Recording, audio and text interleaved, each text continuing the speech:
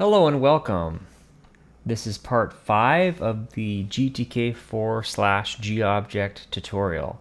Um, it's been a little while, not because I haven't been thinking about this series or wanting to work on it, but been busy with a few other things, and also, to be quite frank, uh, as I had mentioned to somebody in a reply to a comment on, I believe it was part 4, one of the hardest things was kind of coming up with where to go next in this series. And so, talked a lot about custom drawing in the last series, and I thought to myself, I could keep going in that direction, just keep drawing. But the problem with that idea was that it then starts to become more of a tutorial on how to draw using GTK, GDK, and Cairo or what have you, and less about really focusing on the object-oriented aspect of learning GTK4 and GObject in C. And so somebody suggested derivable types, and I thought that was something that I'd been thinking about myself, a direction that I wanted to go, but it was just kind of difficult to sort of think about how to get there from where we were at with part 4. So I thought, I've just got to just scrap what we were doing in a sense and step to the side and do something else. So we will talk about derivable types. Now, what is a derivable type? Now, if you've utilized GTK, you probably already know a little bit about derivable types without really necessarily knowing what they are. So, for example, here's a diagram on the GTK documentation that shows a hierarchy of a GTK toggle button. And that's a button that you can toggle on and off with GTK, as opposed to a regular button that just is like a regular push button. Toggle button is derived from GTK button, which is in turn derived from GTK widget. And then as you go further up on the hierarchy, the lowest level is the GObject itself, and then you got the G initially unowned. For the purpose of our discussion today, I want you to kind of just pretend that doesn't exist and just focus on, let's say, the GObject. The next level should be GTK widget in the frame in which we're having the conversation, because G initially unknown is a little bit of a warp in a sense in the GObject ecosystem. It is meaningful. I don't think that we'll get to a discussion of it. If we do, it'll be cursory. So don't worry too much about that at this time. And then if you look down here, you've got these dotted lines here pointing to the different to a few different things. Those are what's called interfaces, and that might be something that we will talk about in a future episode. So don't worry too much about that right now. Interfaces are actually somewhat related to derivable types anyway. So once we talk about derivable types, it might make more sense to talk about interfaces after that. But we're going to have at least 2 episodes on derivable types. So don't worry about that for now. Just look at the hierarchy here. So GTK widget is a derivable type. GTK button is a derivable type, but I'm guessing, don't quote me on this, but I'm guessing that GTK toggle button would likely be a final type, because nothing actually, let me just double check that. It doesn't really matter if it does or doesn't, but I don't think anything actually, anything inherits, that's the word I was looking for, inherits from GTK toggle button. And so conceptually, you can think about how this sort of works with pre-existing widgets, right? With pre-existing objects. Like, you can run something like GTK widget set hexpand on a button to have it expand. And I think we've done that already, for example. And you don't call GTK button set hexpand. You call GTK widget set hexpand, because GTK button is a GTK widget. It's just button is a more specific type, right? And so that's an example of a derivable type. And but derivable types still use the base concepts, of course, of GObject, which are methods, properties, and signals, all of which we've already talked about. And so we're just going to be able to take a look at how things work with things that we already know about, and go from there. Before I show you the code for this for this discussion, I wanted to show you something a little bit something else. So let me make a temporary folder here.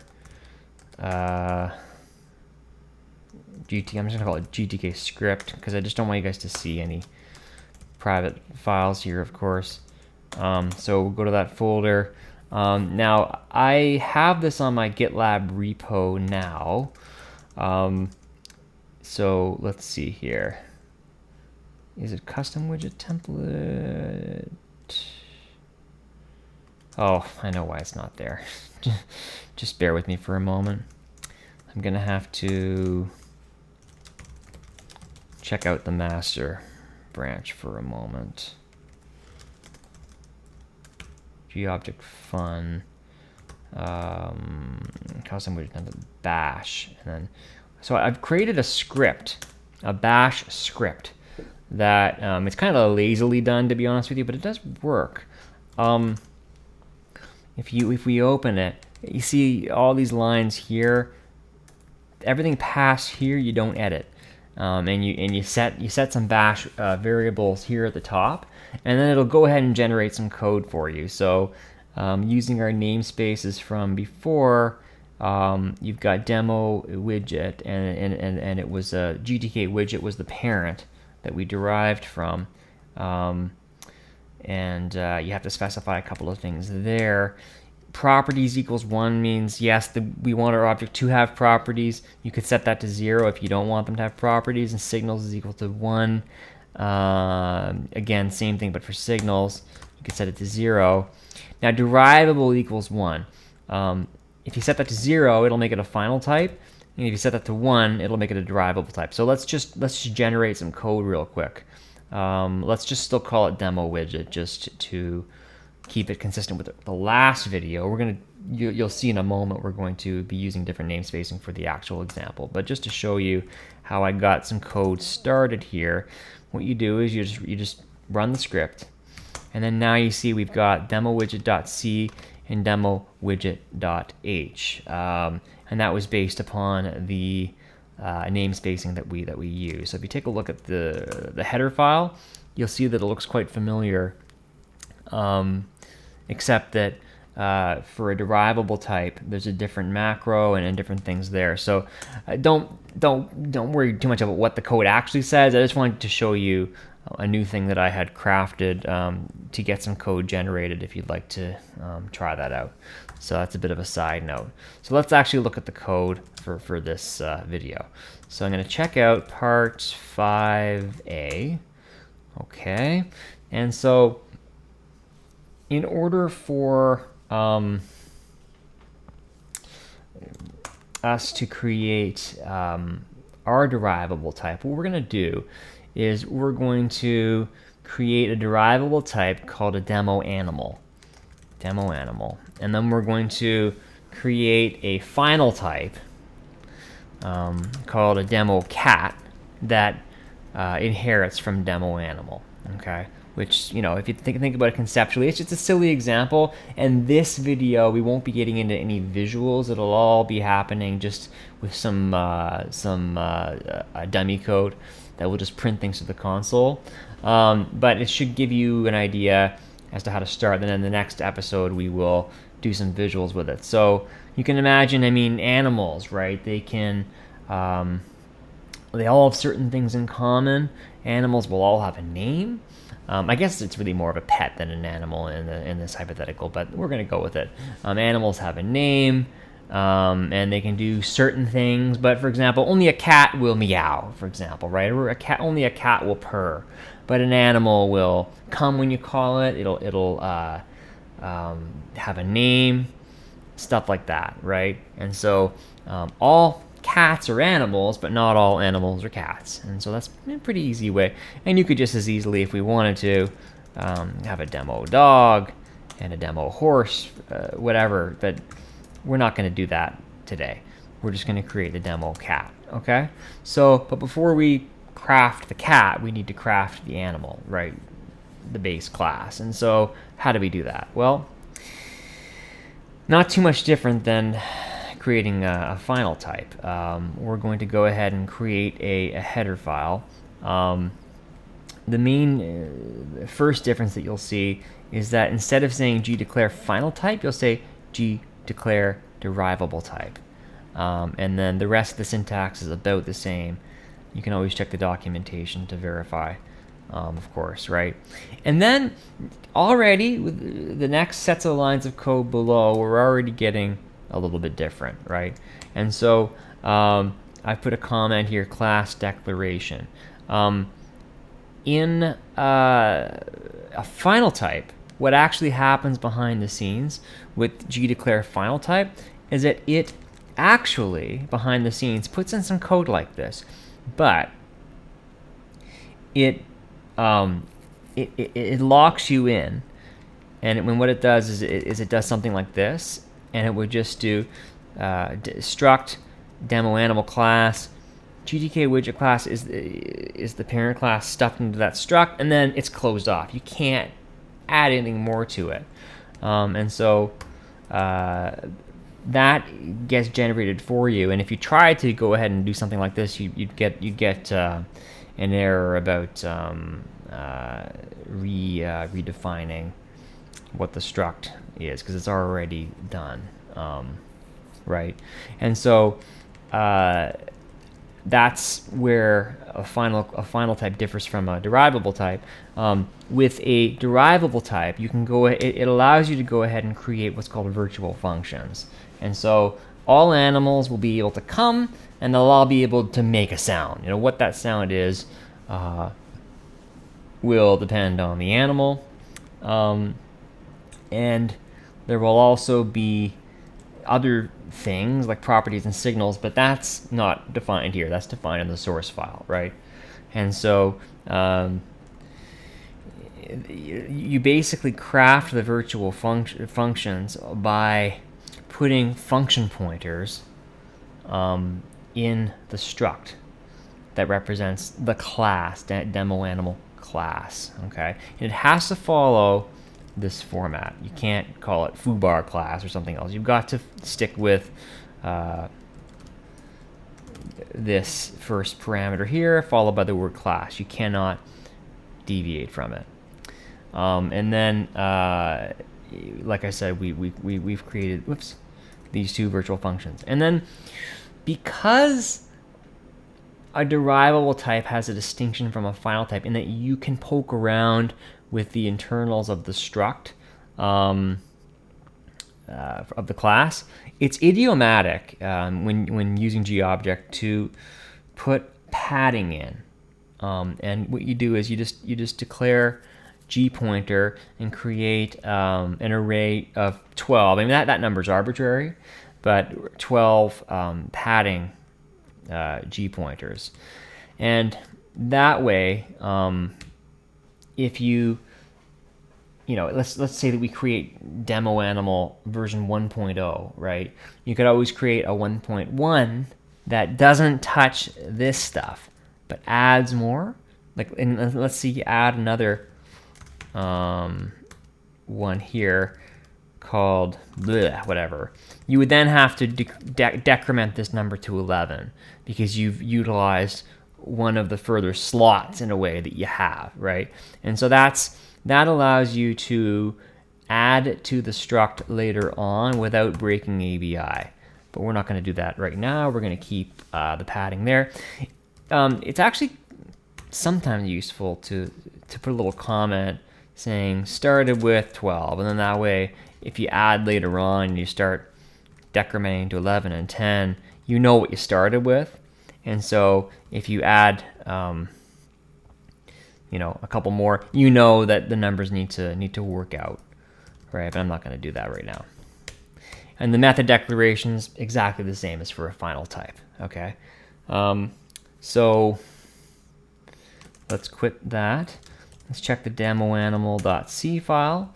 The properties are the same. The signals are the same. We're just going to keep it dummy for now. We're not going to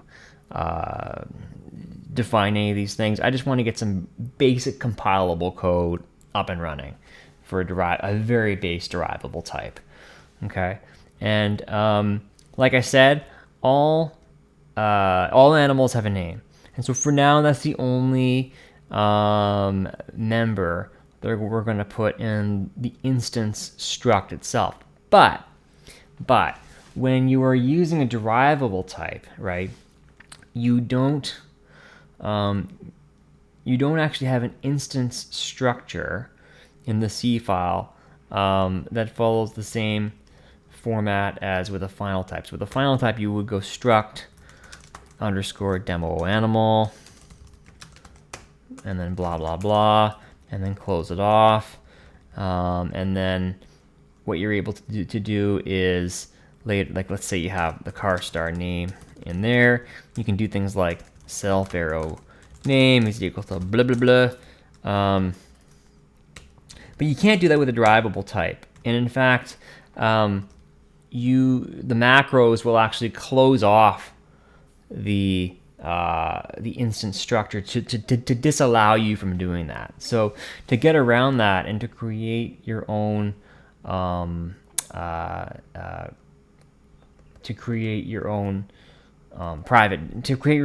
that you can access with customized things, you have to create a private structure, it's called. And so it has to follow this format, right? Type def struct, you could do something like, demo animal private. You could, if you wanted to put a tag for the struct, you could call it the same thing. You could put underscore s. You could call it, demo animal private struct, but there isn't really any point because you're type defing it anyway, so you might as well just leave it like that. And the only one that we're going to have is name.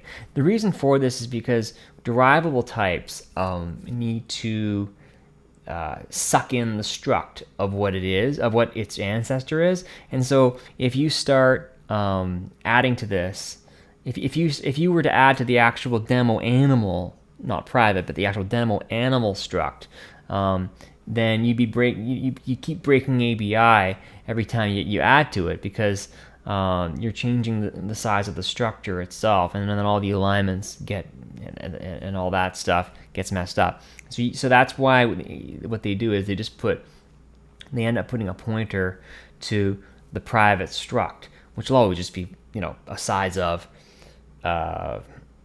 pointer essentially, and that will never change, and then it redirects to the private structure. So don't worry too much about those details, but just know that for a derivable type, the only way you're going to get these types of items is to use a private structure. You can't do it the same way as having struct demo animal or demo widget and poking around in that like with a final type.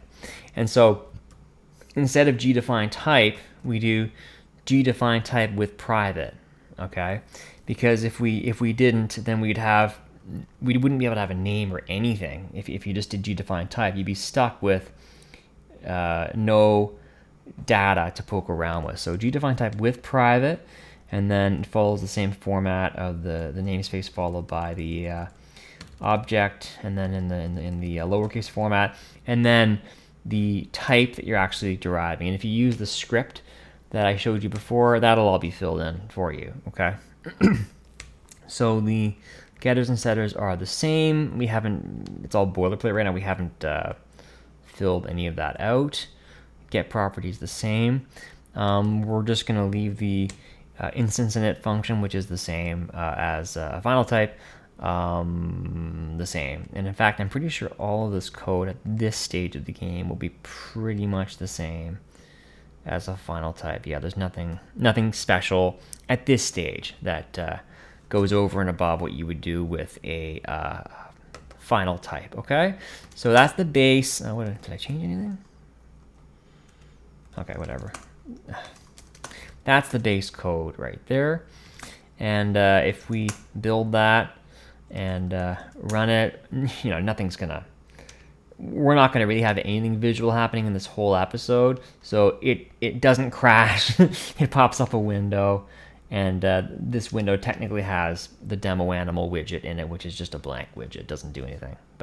And none of our widgets will actually do anything for this episode. But it doesn't crash. It does display the window, and we don't get any runtime errors or warnings either. So that's good. Okay, so let's make clean. Get rid of that. So now we want to move to the next stage, which, if I could remember, then I could tell you, but I don't remember what my next step was. So what we'll do is we'll go ahead and git checkout part 5b, and then let's go git diff part 5a, part 5, dot part 5b. So, alrighty. Okay, that's right. That's what we're gonna do. It just seems so obvious now. We're gonna implement a final type called demo cat, which will derive from demo animal. Okay, so let's actually just go through the patch, and then I'll show you the code real quick. So obviously in the make file, we need to also build the demo cat object that we'll be making. Let's skip the .c. Let's do it out of order here. Find the .h file. So you'll see that really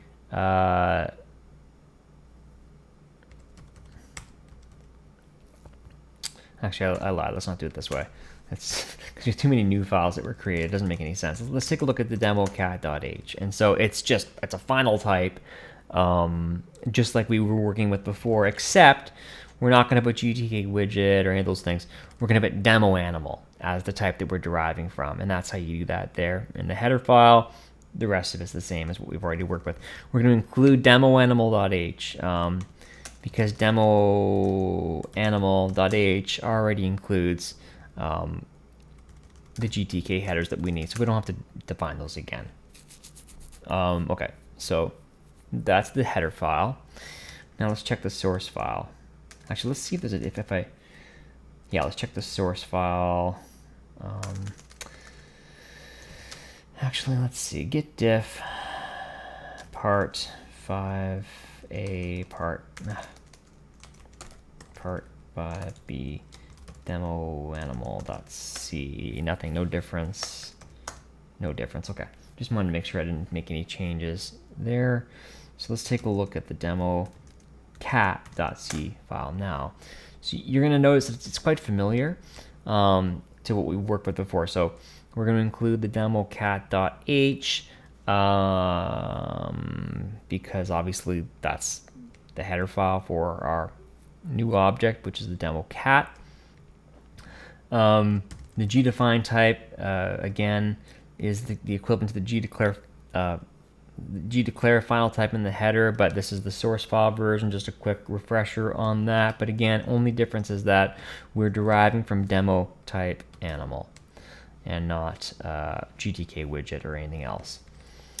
So we'll skip over the get property, set property, because we're not touching those right now. The init function doesn't do anything.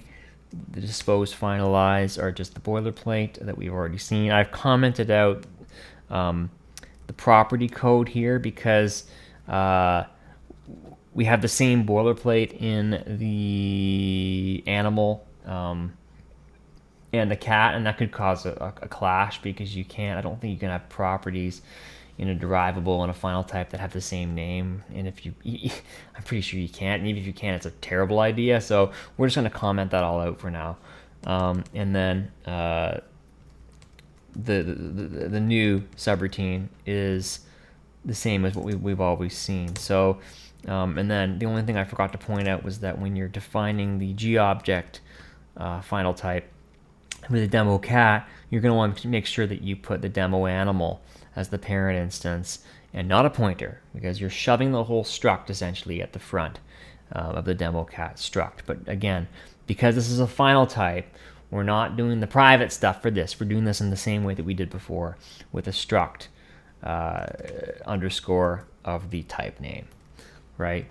And so again, my script, if you'd filled in demo and cat and deriving from demo animal, it would have basically generated something just like this. So there you go.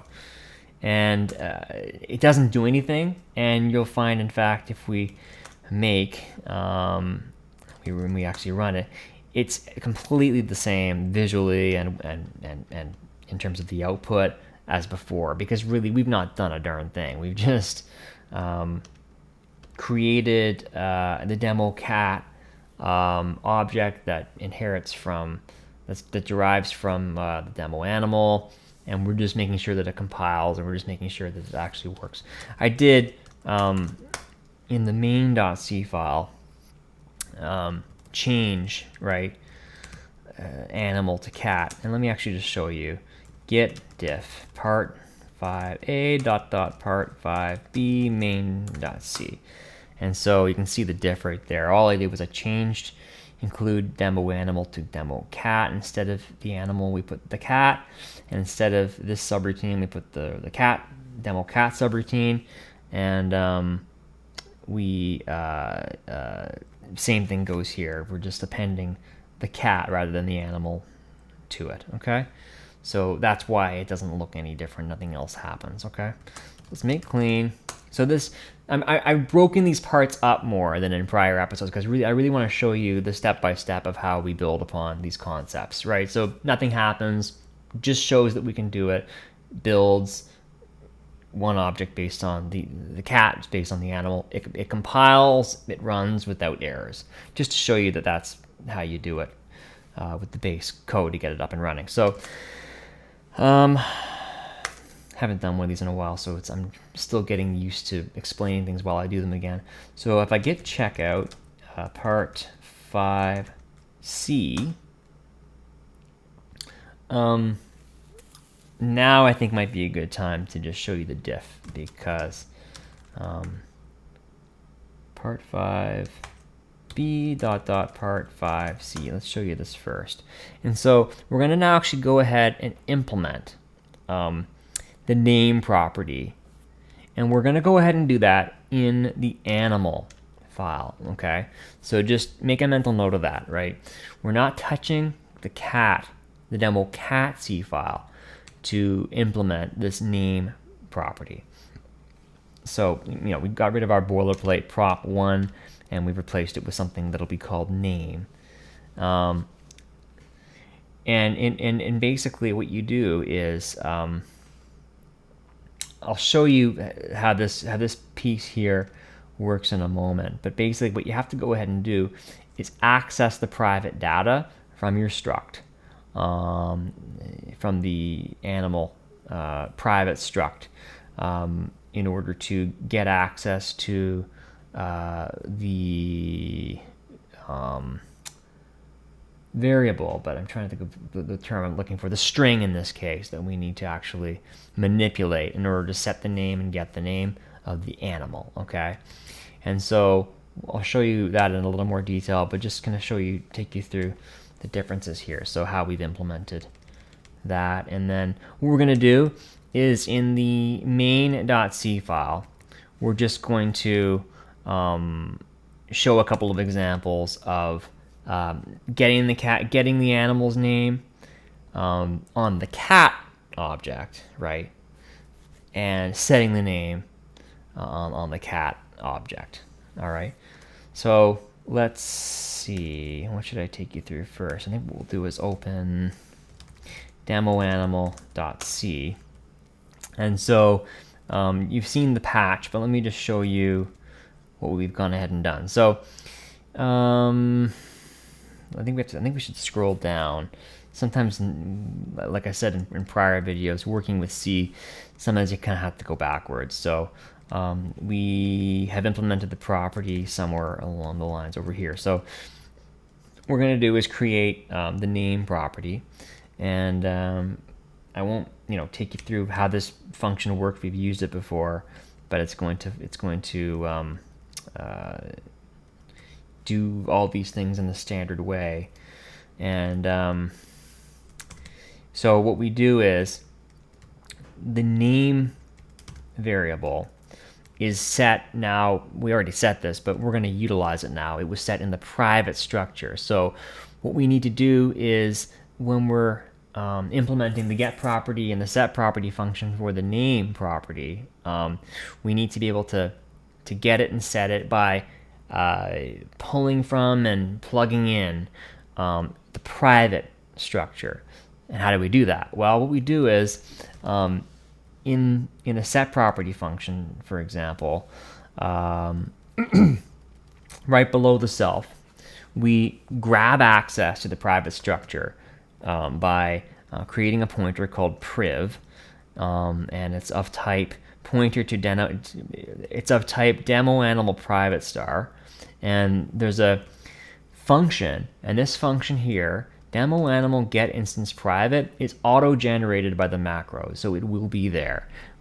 It's not defined anywhere manually by us. It's defined by the macros, and so that will be there, and that was generated from using the gdefine type with private macro, so it'll be there. So don't wonder where this came from. It's generated automatically by the macros. So demo animal get instance private, and the get instance private functions are always run on self, which is in this case of type demo animal star. And you can even see right here in my comment, I put that it's auto-generated by the macros. And so for the case of the name property, what we want to do is call gfree on priv arrow name, which is the string that we plopped into our private structure, as I showed you before.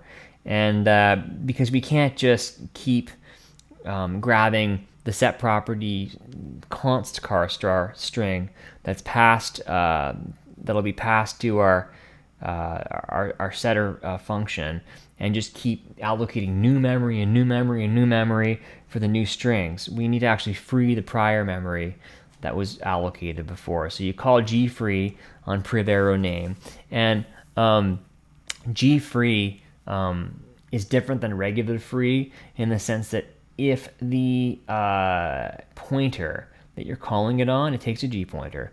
If the pointer that you're calling it on is null, it'll just not do anything. It won't crash.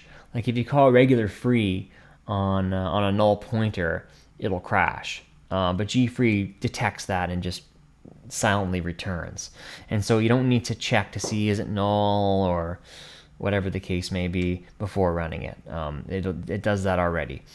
And then what we do is call priv arrow name is equal to g stirdup, and then we call gvalue get string on the value that's passed in to the set property function. I think we've already covered that before, so I won't go into too much detail with that.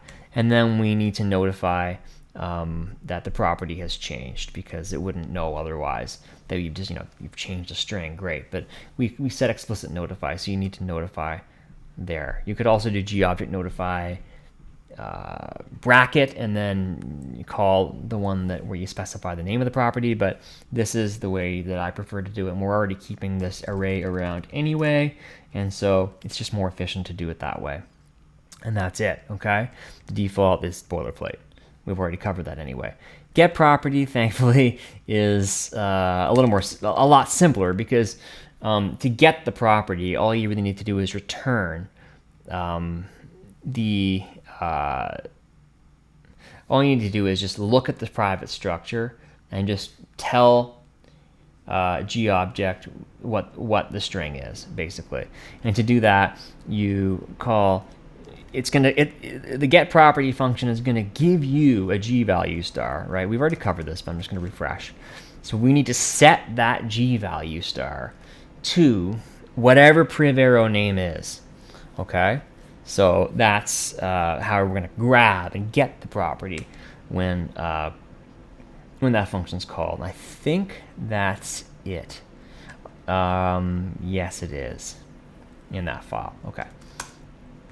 And then again, you can always check the code yourself if I've missed something, but let me just show you what we're going to do in the main.c file, just some test code. Okay, so we're going to implement a little subroutine here called print cat name.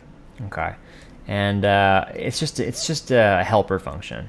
So all it is it just takes a const char star And if that pointer that's passed in is null, then it's just going to say your cat has no name, and otherwise it's going to say your cat's name is, and it's going to print the name of the cat, or the animal, whatever, right?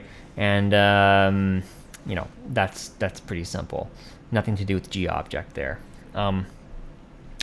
So after our code here to create a demo cat, I put up just a little block here of some test code to just testing, setting the name and getting the name of the cat. Now, notice that we're calling that we're going to, well, let me just take you through it. So first of all, we're going to, I don't know if I've covered this before, this is one of the GAuto macros, which is kind of handy. It's newer to glib 2, but basically what it does is it'll allow you to create a car star string, a variable that'll be freed automatically, so you don't have to free it. It'll do that. It'll be free when it needs to be.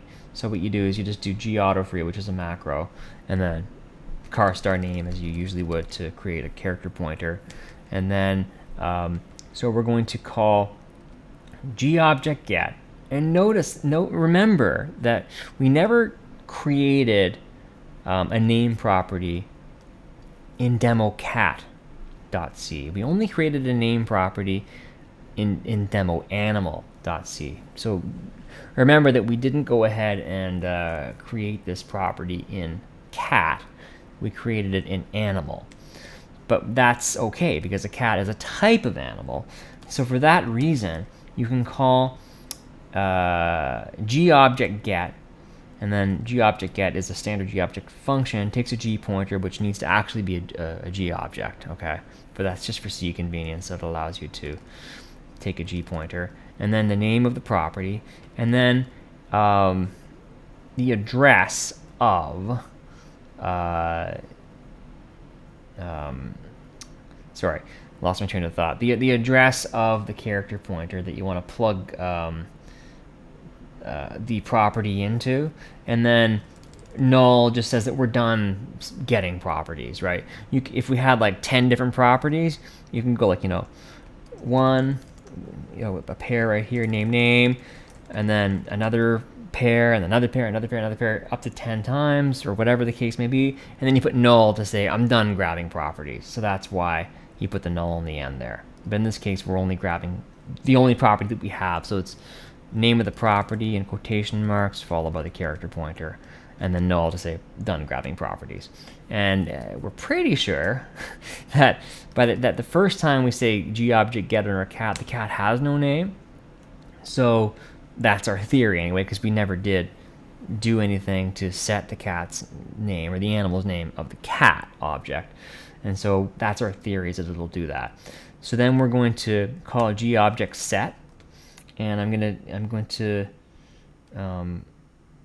that works in a very similar way. Let me actually just show you in the documentation. GObject set. So it takes, it says here GObject star, but that's because this is the GObject introspection documentation.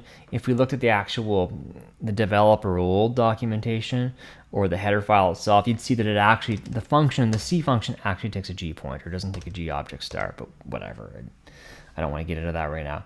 And then it tells you here that you pick the first property name and then the value of the property, and the value needs to match up with the actual type of the property itself. So because the name property is a string, you then pass a string to it in order for it to set that property, and then null to say I'm done setting properties, same as the get function.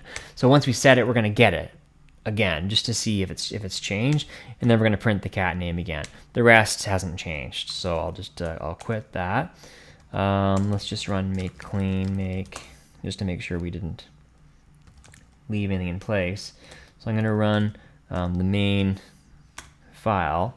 So our theory was correct. So the first time we printed the cat's name, the cat has no name, And then when we call GObject set to set the animal property, which is called name, to the cat object, right, to Jeepers, once we call the print function again that we created, it's then going to actually say that the cat's name is Jeepers. So that's working correctly. Okay, so that is how that shows you how properties of a derivable type will carry over, right, to an object that derives from that derivable type. So cat derives from animal, therefore the properties carry over.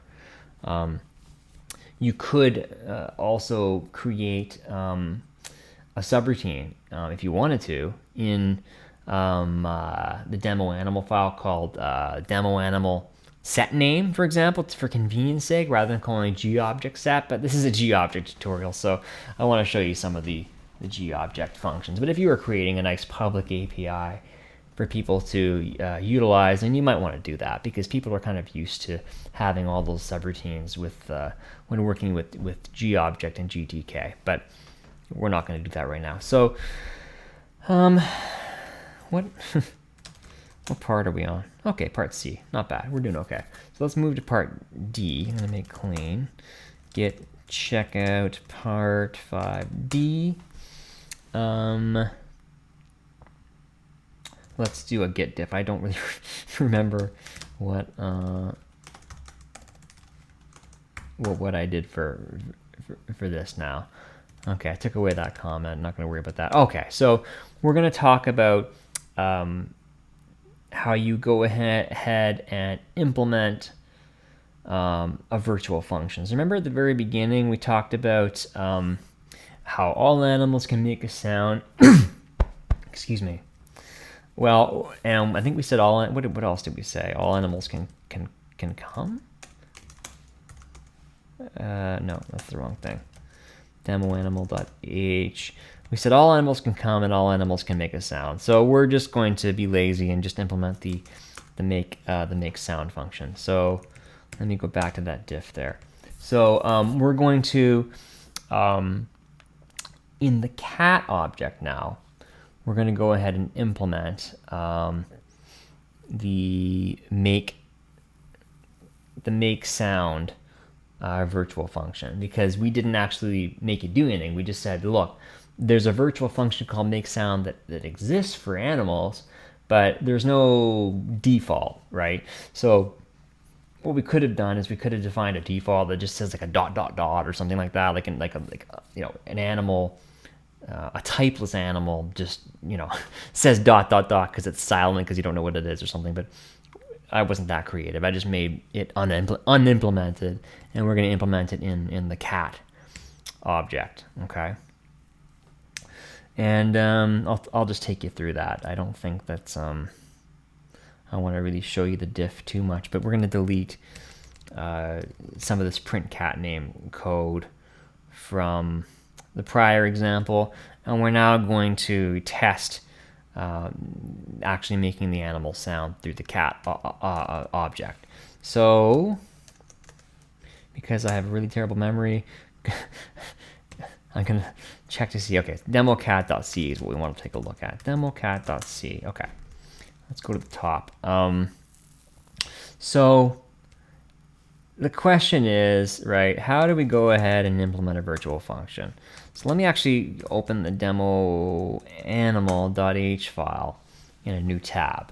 Okay, so there is a, what's the word I'm looking for? There is congruency? Yeah, I think that's a word. Congruency between the virtual function signature, so the function pointer, the structure of the function pointer, and the prototype for the function that you need to implement. And that makes sense because the virtual function is a function pointer, and if you're going to implement an actual function, it's gonna follow the prototype that's the same as the function pointer, right? And so that does make sense. but just in case you didn't know that, then there you go. So what we need to do is create a function basically somehow and somewhere that follows the prototype of returns a void, and it takes a demo animal star and a count, and the count is just going to be how many times does the animal make the sound, basically. And so how do we do that though? So let's go to the bottom of the C file for demo cat, and what you do is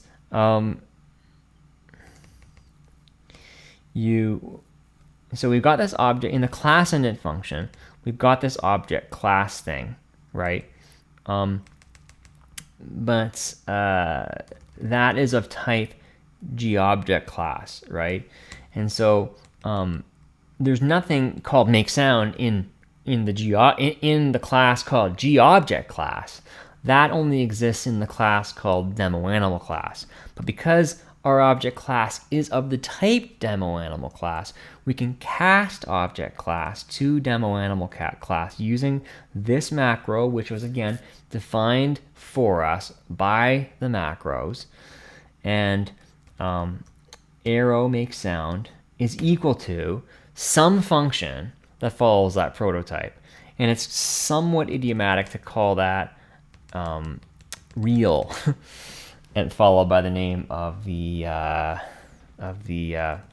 virtual function to show that it's like, this is the real thing now. This is not just the virtual function pointer thingamabobber, right? So another reason why you might do this is because you might have a public function called democat, make sound to make it convenient for the user to call that virtual function, and we'll talk about that in a little bit. But or demo animal make sound, I should say. And then you want to make a distinction between that public function and the sort of private, internal, rather, implementation of that function. But don't worry about that for now. We're getting ahead of ourselves. The real make sound is going to be a static function, but otherwise you see that it follows the prototype that we talked about, right? So we're just going to print things to the console. We're going to be lazy right now. If no count is, sorry, not if no count. If the count provided is 0, then we're just going to return, because if you're saying make the cat rather make 0 sound, then nothing's going to happen. We'll just return. It's not a programmer error, so we're not going to do g return if fail count, for example, or count is not equal to 0 if you want to make it clearer. It's not a programmer error. It's just not a case that we handle in the function. So we just want to do return. You could also say gprint, the animal makes no sound or whatever. But we're just going to return. And then for each time, we have a for loop here now that just prints meow for the number of times that we've said that the cat makes a sound. So that's all we're going to do. So if we call make sound 3, it's going to go meow, meow, meow, for example. Pretty straightforward, but it's just an example. Okay, so we've defined the actual virtual function now. I mean, we've implemented it, but how do we call it now? And that's kind of an open question. Tim Toady, there's more than one way to do it, the old Perl expression. So let's see if we can just use that code that we wrote and not do anything else, and call that method. Can we do it? Yes, we can. But you'll see that the way to do it is in my opinion, not the recommended methodology. So we created a little braces. What's the word I'm looking for? Scope here, just a local scope, in order to just separate this code from the other code, just to make it clearer. And we're going to test making the animals sound. Why do I have a name there? That's probably not needed. Anyway, I'm not gonna change it now, but this shouldn't be there. That's a holdover from before when we were testing properties. It should just be this here. So, how do you do it? Well, we know that the cat class, the animal class has a make sound virtual function. We know that we've implemented that virtual function in the cat class type. So now what you could do is you could say, okay, I want to get the class of demo animal, which is when we create the derivable type. Again, this is a macro. The demo animal get class macro would have been created automatically. We want to get the class of a type that we know is a demo animal. In this case, a cat we know is a derived type, but still it is a demo animal.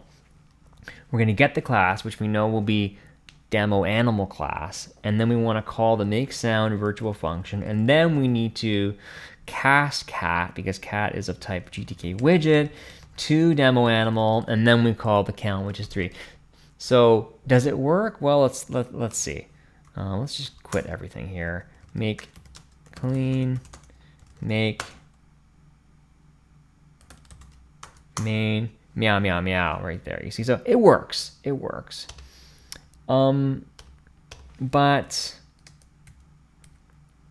where's our, no, main.c. But this is kind of gross, you know, like, this is pretty ugly. I don't think that there's many people that will want to write code that looks like this. It's ugly, it's verbose, it's confusing. It doesn't look very nice. It really, to me, just reeks of an attempt to sort of shoehorn C++ into C, which doesn't really work very well in my opinion. I mean, you can create some shorthands up here, and then it's just like, how badly do we really want to be able to put this little arrow guy in here, make sound, to make it look a bit like C++? I don't think it's really very very clean. So I'm saying not the recommended methodology, but you can do it. So how do we make this a little bit cleaner? Well, we're going to go ahead and, what part are we at again now? I think part D.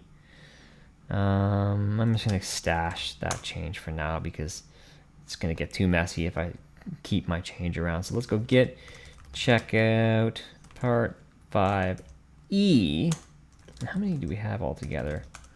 We have one more after that. Okay, fine. It's taking a little longer than I thought, but that's okay. So let's do a git diff part 5D part 5E. This may be a case where, I think this is a case where I'll just show you the patch.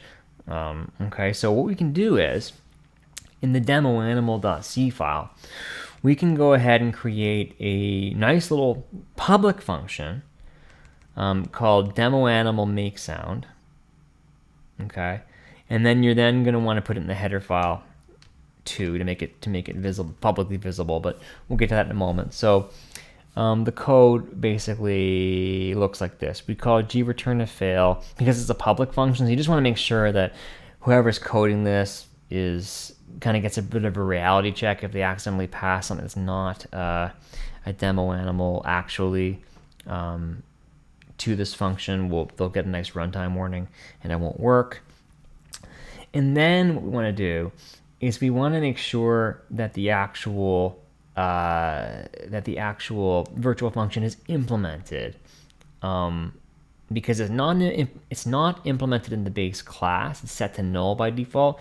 So if you try to just tap into an unimplemented virtual function, you're probably going to get a crash. Well, I shouldn't say probably. You will get a crash, and I'll show you that crash in a moment, because you're trying to basically call a function that doesn't exist. And so if you put this guy here, gReturnIfFail, make sure that the make sound virtual function is not equal to null, like this. That way you protect that crash from occurring. And then you do something very similar to what we did in the prior example, but you just wrap it around this nice guy here to make it easier to call.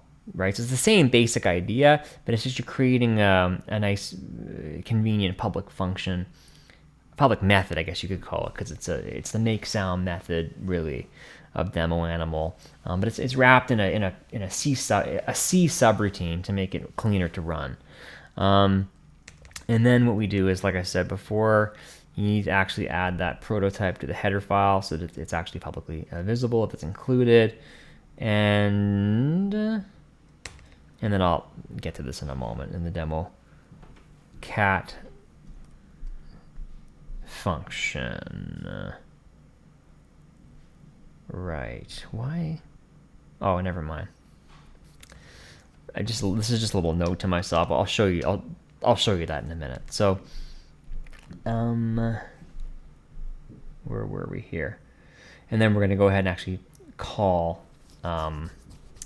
We switched from the not recommended methodology to a much cleaner function of just calling that demo animal make sound in our main.c file.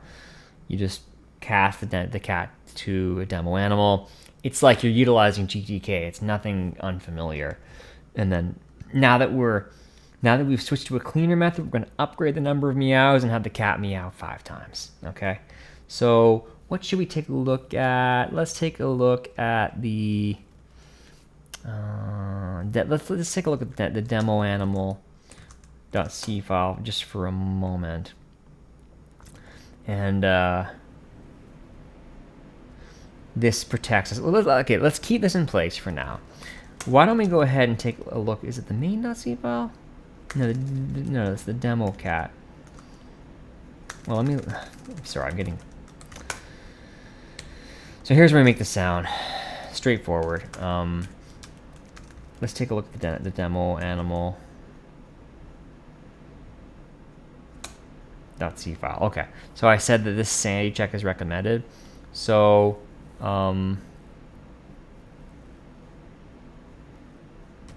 right, I'm sorry, I keep screwing myself up. Demo cat.c. Where were we here? Right, here we go. Even with my comments to myself, I still forget what I'm doing. So here's where we actually map the virtual function for demo cat to the real make sound function. Let's well, first of all, before we get too ahead of ourselves, let's run this code.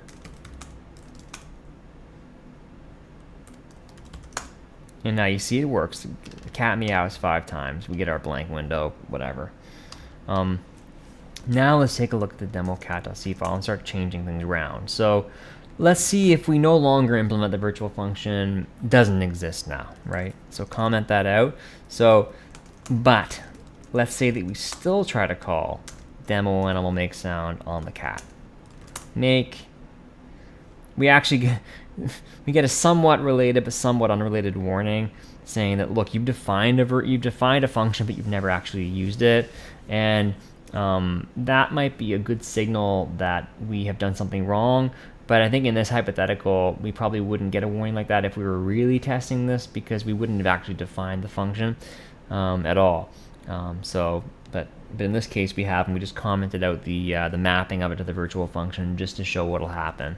So if you run main, so you see here we get that we get an assertion, a runtime warning saying, your assertion to make sure that the make sound virtual function is not equal to null. Like, basically, is it actually implemented? It's not. That assertion failed. So here's a critical error, critical runtime error, showing you that something's gone wrong. But look, the window's still there. The program's still going. It didn't crash.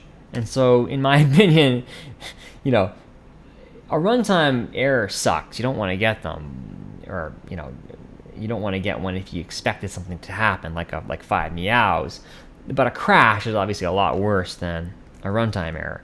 So if we go into the main.c file, no, sorry, wrong one. Go to the demo animal.c file. Let's get rid of the sanity check and see what happens. Did you return a fail? So we don't even check to see if it's implemented. We just cross our fingers, pray, and hope for the best. If we run make, notice that there. Wait, why is there no warning? Oh, there's probably no warning because we didn't make clean. Let's make. Yeah, no, still getting the same warning, but if we run the program now, it crashes. And so very important to have, in my opinion, very important to have the sanity check in there, because wow, yeah, because it's better to check to see if it's implemented and give a runtime error if it's not, rather than crash the program, obviously. So in a way, it is good that we have our blank window, because it shows just the difference between a runtime error and a crash. So how are we doing here in terms of our git status? Make clean. Let's just git stash. Actually, let's just, yeah, git stash. There we go. There's one more part to go, and that's part F. So let's check that out.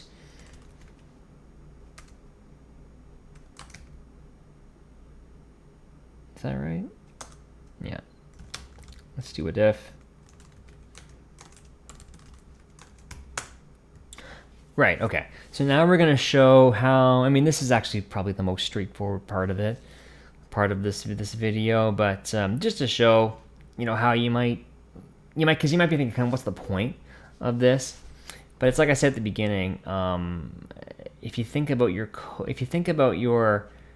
code as being truly object oriented, then what you can go ahead and do is take the cat class and then give it things that only a cat can do, but also maintain the pre-existing functions that any animal can do. So we're going to add a purr method to the cat object that is unique to the cat. And so let's take a look at the demo cat.h file. You'll find this code to be very familiar at this point. This is we get a bit of a break now from the more challenging earlier aspects of this video. So we just put the prototype as a public function declaration, method declaration, in our header file. All it's going to do is it's going to take a demo cat star, and it's going to have a void return type, because it's just going to be, we can't give a number of purrs or anything like that. You can just make it purr if you want to. That's it. So how do we implement that? Well, we go to the demo cat.c file, and all we do literally is implement the subroutine, like a standard C subroutine that follows the prototype. All we do is we gprint purr, and then, what did I change? Oh, okay, I didn't mean to do that. So if we check out the main.c file, we're going to go ahead and, in addition to making the cat make a sound like any animal could do, we're going to make it do it 5 times, same as last time. We're going to do the unique kitty cat animal method. So just to show you the difference between a unique function to a type that's higher up on the hierarchy to one that's lower down. So any animal can make a sound, but only cats can purr. So in order to make the cat make a sound, you call demo animal make sound, cast the cat to a demo animal, because that's the prototype, of course. Make it make a sound 5 times, put the 5 in there. And then because the demo cat new function, consistent with other GTK widgets, returns a GTK widget star and not a demo cat star, when we call the demo cat purr method, you have to cast cat to demo cat, because it's not a demo cat, it's actually a GTK widget star. In terms of, I mean, it is a demo cat, but it was cast for us to a GTK widget star, which is idiomatic, how all widgets in GTK are returned to us from their new function. Okay, and so we're going to make sound 5 times, and we're going to purr. So how do we run that? Well, same as always, we compile it, and then we run main. We get 5 meows, and we get a purr, and we get our window doing nothing still. So there was a reason why I couldn't really do more than just have some of this printing happening on the console for this video, because I knew that if I started to then extend and go on to visual things for the widget, the video would be like, you know, multiple hours long or something. So can't do that. Going to break the video up into, not the video, I mean, this is part 5. We're going to break this discussion rather on derivable types into probably at least one more part. We'll see how we do from there. So yeah, that's derivable types. I know that was a fair bit of ground to cover without a lot of visual result, but hopefully you all found that helpful, and it's nice to be back again making these videos. Hopefully I can get back to doing them a little more regularly than I have, because I took a bit of a break there. But yeah, thanks again. There you go. Derivable types. And in part 6, we'll start to make things visual. Good night and good luck.